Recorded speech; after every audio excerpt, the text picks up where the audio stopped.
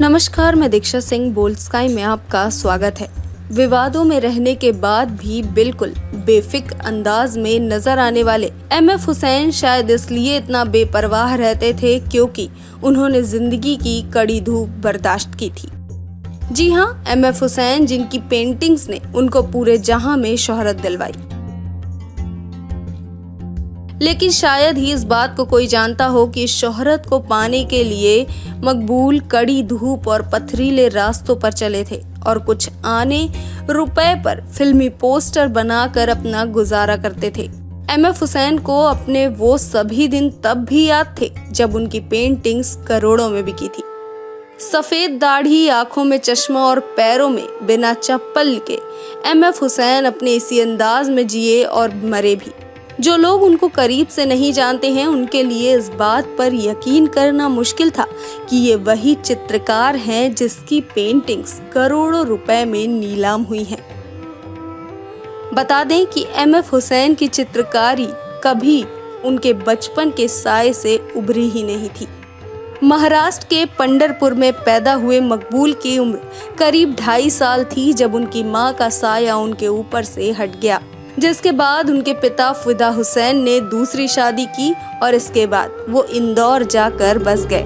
वहीं पर एमएफ हुसैन ने अपनी स्कूली पढ़ाई की और वहीं पर उनके हाथों में आई कैनवास पर रंग भरने वाली कूची। 20 साल की उम्र में अपनी कला को उभारने के लिए हुसैन मुंबई चले आए और वहीं पर उन्होंने जे स्कूल ऑफ आर्ट्स में दाखिला लिया। बचपन से जवानी के दिन उनके लिए कठिन थे, लेकिन उन्होंने अपने सपनों को कभी नहीं छोड़ा। 1947 में हुसैन ने प्रोग्रेसिव आर्ट ग्रुप ज्वाइन कर लिया और इसके बाद ही उनके सितारे गर्दिश से निकलकर आसमान में चमकने लगे।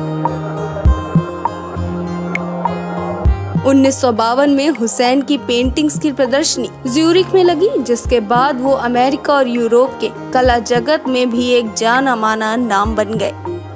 1955 में भारत सरकार ने उन्हें पद्मश्री से सम्मानित किया। 1971 में उन्हें साओ पावलो समारोह में पाब्लो पिकासो के साथ खास तौर पर आमंत्रित किया गया। 1973 में हुसैन को भारत सरकार द्वारा पद्म भूषण मिला। 1986 में राज्यसभा में उनको मनोनीत किया गया। 1991 में भारत सरकार ने उनको दूसरा सर्वोच्च सम्मान पद्म विभूषण से सम्मानित किया। 2007 में उन्हें राजा रवि वर्मा पुरस्कार से सम्मानित किया गया। एमएफ हुसैन ने अपने जीवन काल में अनेक सराहनीय कार्य करे। उनका ज्यादातर जीवन विवादित रहा।